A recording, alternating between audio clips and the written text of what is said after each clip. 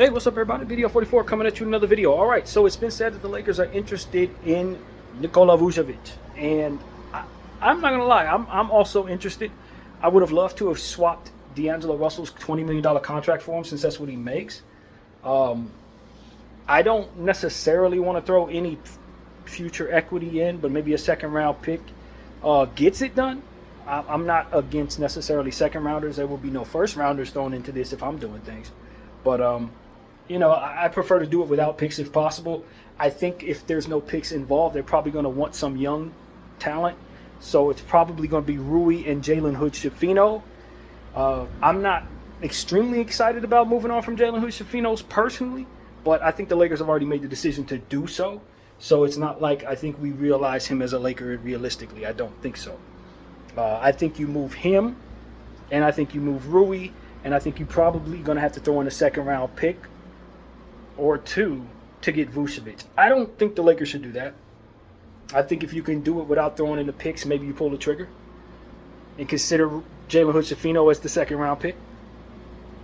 But I don't know if that's something that Chicago will be interested in doing. It's only 2 years left on the Vucevic deal, so I don't think they look at Vucevic's deal as something that just has to leave their organization right now, which probably gives them the leverage to demand a pick or two, a second round or something like that. But just the same, I think, the Lakers could say, well, Rui Hachimura is a younger player, and he's on a lesser contract at $17 million, and he's the crux of what the deal is about. And I think that, going forward over the next 5 years or so, if they re-sign Rui, his shelf life is probably going to last longer than Vucevic. Vucevic probably only has a couple more years in the league. At this level, probably 2 more years. Rui's still getting started. So I feel like that gives me a little more leverage to say, I'm giving you something good, and you're probably not going to get nothing this talented for Vucevic right now. You're probably not. 2 talented players that you can work into your equation. Chicago can use Jalen Hood-Schifino, develop him, gives them a young piece to throw next to Bruce Ellis and Patrick Williams over the next 6 years, however long it's going to be, if they can keep Jalen Hood-Schifino. But the thing is that they're capped off at paying him $4 million to re-sign him. If he can find more money somewhere else, he can go somewhere else. So that's the problem with Jalen Hood's contract. But the way that he's been kind of phased out on purpose, I think he's effectively capped underneath the $4 million range. It's going to be an unspoken truth that nobody's going to pay him over that any damn way. That's what I think is actually going to happen here. So they're going to get a chance to re-sign him if they want to. If not, he'll just go out into the wind. Depends on what they see in him. I think personally they can find something in him playing behind Lonzo Ball. He gives them Lonzo Ball insurance, gives them Giddey insurance if they want to make a move. Those guys are likely expiring soon. They are both, I think, going to be, I don't know what Giddey's situation is, but Lonzo's likely out of there. They're probably going to move him now. So I look at that as something that could potentially be interesting for the Bulls, having a prospect like Jalen Hood-Schifino, somebody I'm sure they would have been happy to get in the draft last year. With like a 20th overall pick or something like that if they would have had it. So, that's just me speculating. I don't know what their real interest is in the kid, but I would try to sell the fact that, hey, he was drafted last year, 17th overall first rounder. And Rui Hachimura has a player that we know if we give him the right amount of shooting, right amount of touches, he can be a hell of a scorer. You're going to get a better score out of him than we are able to realize in this rotation, which I definitely believe that. And Vucevic allows for you to get off of an older guy whose timeline is different. And we are definitely a team that would be interested in him. But we think there are probably some other teams that probably want to bid for Vucevic as well. I think a team like the Celtics wouldn't be bad for trying to bring Vucevic in either.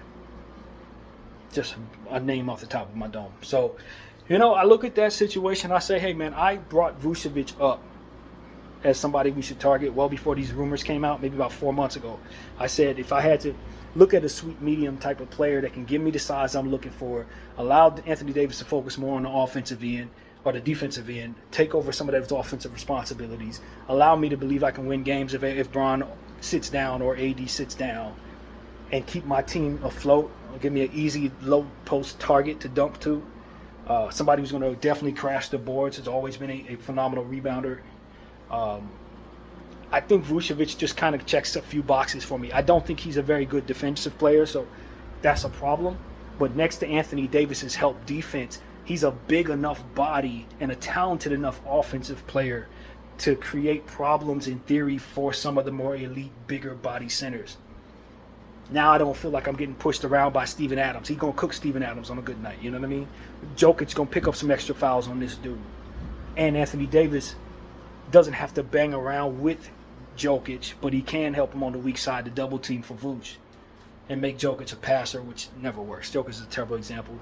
He's a terrible example. But the point is, you need somebody big enough to deal with the type of heaviness and Vucevic provides. So it's probably a more useful piece to the Lakers than Rui right now, who's kind of just a logjam player at the 4 spot, especially since now we got Vanderbilt and what's his name? The guy we just picked up from the Brooklyn Nets, Dodo. So, yeah, I just think that Vucevic kind of slots people into their proper rotations. If you're moving Rui out, it makes it a lot easier for that to be the case. I do think we lose some athleticism and some strength, some youth. We become a bit more, I don't know what the right word would be, but we lose some agility in a way with the power forwards that we're bringing in Vanderbilt, who can't really score very much, and Dorian Finney-Smith, who's limited to just kind of catch and shoot on the offensive end. It takes away from your offensive end at the 4 spot, but it does replace it with arguably a more talented offensive player at the 5 spot, for which you have a vacancy. So, again, and it's a center that you think could play next to Anthony Davis to a degree, because if you're going to start Anthony Davis and Vucevic, you would expect that Vucevic would be an offensive talent, defensively Anthony Davis. Well, no, I take that back. I think I have a different point that I want to make that does not actually have that being the case. I think you feel better about sitting Vucevic and letting him come off the bench in this rotation where you don't want to move Braun to the 4 than you would say a Walker Kessler, who's likely more desiring to start going forward. So you feel better about the price tag on Vucevic than you do about the price tag on Kessler, given the fact that they're likely going to have to come off the bench for the sake of the starting lineup, keeping Braun out of that 3 spot for which you don't expect him to play very well. So that's the point I actually wanted to make. I don't actually think we start Vucevic and AD together, because it does move Braun to the 3. So you feel better about him coming off the bench at this stage in his career for this unit than you would Kessler. That's the actual point. Whatever the case may be, I want everybody to temper their expectations on whether or not this trade gets done without picks, because at the end of the day, I do think that Chicago can demand a 2nd-round pick, and probably if it would have a little bit of an edge on the leverage, given the fact the Lakers really do need a center, and I don't know that they really need a 4. Patrick Williams kind of plays the same position. I don't think that there's any urgency for the Chicago Bulls to do anything other than get a little younger, and so that's why they would probably demand a pick, or a 2nd-round pick, or even a 1st in the situation. They're trying to get out of a win now timeline, and this helps them do that. Rui can be a part of a rebuilding situation and take on a bigger role. And Jalen Hood-Schifino, like I said, he's a developing talent starting from scratch at like 20 years old. So that's why this works for Chicago. I think it works for the Lakers too. Like I said, I would prefer not to have to throw Jalen Hood-Schifino into this, because I like the idea of having a point guard who can facilitate the basketball, being groomed into my situation. I actually think we need him right now, to be honest with you. I just don't think that we're using him for reasons that have already been understood, but probably ain't something I would go along with if I were in the front office. But nevertheless, Jalen Hood-Schifino, it looks like they're ready to give him away. I think if you could bring back a former all-star center, maybe you feel a little better about it than you would if you just let him walk, which is something that could be real at the end of the season. So, yeah, I don't think I'm going to cry if we don't make the trade, but I also don't think I'm going to cry if we do. That's really how I feel about it. I'm pretty even on the idea that, yes, we need a center, and Vucevic is probably one that checks the boxes that I think are most important for me, and most definitely including not wanting to overpay for a center. That's what it really comes down to. I don't want a center on a massive contract unless he's of a certain caliber for which we wouldn't be able to afford in theory. I don't necessarily want to give up 1st-round picks for a guy like Walker Kessler at the center position. I don't want to do that. I don't necessarily believe that Valanciunas is the answer, although he is playing a lot better than I expected him to play. Playing a lot better. So I will say that Vucevic is the guy that I would prefer between the two of them. But I do think the Lakers at this point probably should be in play for both of them for the same reasons. But have much more expectations for Vucevic being more impactful for us in terms of winning. And that's really what it is. I do think we need this center pretty bad, to be honest with you. I think we need the 250-pound 7-footer who can get easy buckets, rebound the ball, especially on the offensive end.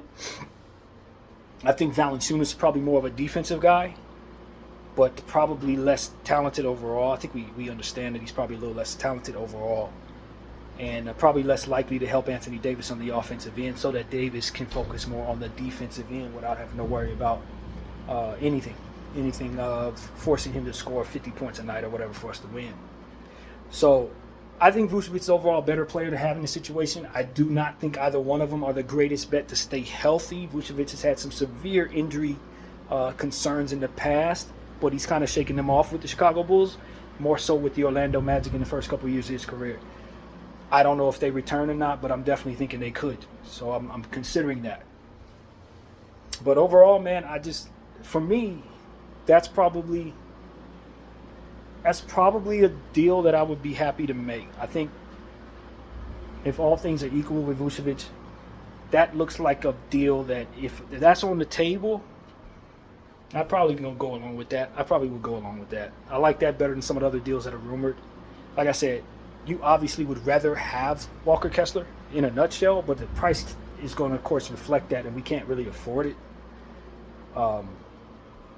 I know Cam Johnson would be really good, but I just wonder where he's at with his health today, and it's going to cost us likely 2 first-round picks to get him. I've never believed Cam Johnson was worth that. I think he's played up that, but once you get him here with the restrictions of our play style, we have to expect guys to be less productive offensively on our team. Defensively, they could do a lot of great things. Offensively, they got to get in where they fit in. And that's not something I want Cam Johnson to have to do if I'm giving up 2 first-round picks for him. You see what I'm saying? If I know I got... Because, look, D'Lo said it best. He'll never take for granted the ability to play freely ever again. He couldn't play freely because he didn't have the ball in his hands enough to allow him to do so. He was trying to play off ball, catch and shoot. That's not his strength. He's more on ball, create for others, and get in rhythm. And if he gets in rhythm enough times consecutively, then he gets into an elite zone that allows for him to look amazing. You haven't seen him in that situation very often, which is why he never looks amazing. He's always playing with a Steph Curry or LeBron James or guys like Anthony Edwards. He ain't getting the ball in his hands in these situations. He probably just needs to be the starting guy with the ball in his hands, able to make mistakes, able to play freely. 10, 12 games down the road, all of a sudden he's playing like an all-star. It's the only situation he really is able to realize his ceiling in. I don't know that Cam Johnson's anything like that, but what I'm saying is D'Angelo spoke to the restrictions of being in this offense. And I look at Dorian Finney-Smith. He's not getting the looks that he got in Brooklyn. That's why it's not much going on the offensive end, because he's only shooting like 3 and 4 shots a night. He'll be open in the corner, but maybe Bron finds him, maybe he don't. Maybe Bron just goes gets the easy bucket. So it's like you are at the mercy of Bron and Austin's creativity, and they are score-first players. So if you're going to bring those guys to you, you're bringing them in for the hypothetical idea that space is going to be so very best utilized by them, but not often taken advantage of as it pertains to them finding those guys consistently enough to realize the price tag.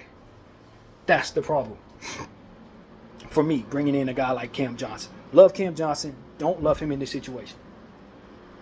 So, no, I'm not spending the price tag that's going to be required to get him. Absolutely not. Not in this situation. Or any other player like that for that matter. Brandon Ingram, kind of the same thing. Guys like that, they need the ball in their hands, man. They're not going to get it. As long as Bron's on the team, you are better utilized as a guy who's happy to get 7 shots a game. That's Rui. Believe me, if Rui goes to the right situation and they give him 15, 20 shots a game, his number's going to go up. He's one of the better scorers out there. But you ain't never going to see that so long as he's playing the same position as Bron and waiting for Bron to get him the ball. Bron's going to be getting his ball. He's putting the score up. I want guys like that playing with pass-first point guards. Cam Johnson needs to be with a pass-first point guard. You know? And so does a guy like Dorian and all these other guys that we're talking about. They need to be in these situations with pass-first guys. So that's really what it is. We have score-first guys that can do playmaking as a secondary thing. And that's one of the reasons why I think our offense is ultimately capped off. I just don't think our offense is that great because of it. So for me, I want Lonzo Ball, but you can't bring in that contract if you're bringing in Vucevic.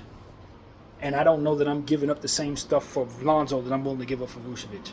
I don't think so. Not for any sparring. No. I need you to be on for at least one more year. And if I resign you, I can certainly have that. But if I don't resign you, now I've given up Rui, who was on a 2-year deal, for a piece that's going to be coming off the books. Now I'm trying to find something in free agency. Maybe I get it, maybe I don't, maybe I suck because of it. I just can't let that happen. I need you to be on multi-years contracts for me to give up Rui to get you.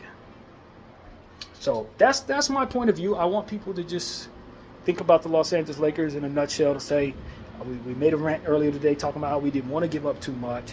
Giving up too much could be a problem for our squad because of our future, not necessarily because we don't think we could be 2 moves away from a potential championship, because it's going to cost us many future years if we ultimately make a deal like that and give up our picks. So that's my point of view. I believe that deeply. But I also think if you do something like that, you maybe do give yourself a chance at it being a contender this year, which may be worth it to some, and not to me, not to others. So that's what it is. We may be 2 moves away, and maybe we can make those 2 moves. But if it costs us those 2 picks, we're going to have some hard years to watch basketball in the future, and I'm just not up for that type of sacrifice at all. But if it costs me some second rounders, maybe Jalen Hood-Schifino, and then like Gabe Vincent, Vanderbilt, some of these pieces that we're using that I don't care to keep, then yeah, I'm happy to make a move or 2. You know, if I can improve upon all these pieces that aren't that great, yeah, I'm gonna move all this stuff. We can make all the moves if it don't cost me no first round picks. And so that's my point of view. I love what I see from Austin Reeves. I'm excited about his future. I think his ceiling is a bit higher than maybe people are giving it credit for, especially if he's able to have an offense all to himself someday. I think that at the end of the day, that may not be possible so long as Bron is in place, but he's proven that he's able to step up big when he's called upon to do so, and kind of plays well off Bron, unlike a lot of players. So that's really what I see there. I'm excited about him potentially raising his ceiling in the playoffs maybe. And if he raises his ceiling all the way up to where it can go, maybe you do have a contender without even really doing anything. He's kind of the X factor. If he turns into an all-star in the second half of the season, who knows? Now you got to look at him as a different type of opportunity for yourself. So, you know, I don't doubt that if you're assuming that's going to happen, making a move for a Vucevic or making a move for Vucevic and something else could make you a contender. But you're asking for a lot of things to fall into place, and you're going to pay for it later on. So that's really my point of view, man. I love my team, man. I want to see us win every year. I just don't think it's possible to contend this year without punting future years with an S on it, and that's just bad math to me, man, at the end of the day. But, yeah, go Lakers. Very happy about the Celtic win yesterday. And if they do the Vucevic thing, I think that could potentially be a sweet medium for everybody's thoughts. You know, for people like me, for people who need us to do something, I think everybody can find themselves content if they do a Vucevic deal. So that's pretty much what I got to say. My name is BDF44. I thank you all for watching, and I'm out.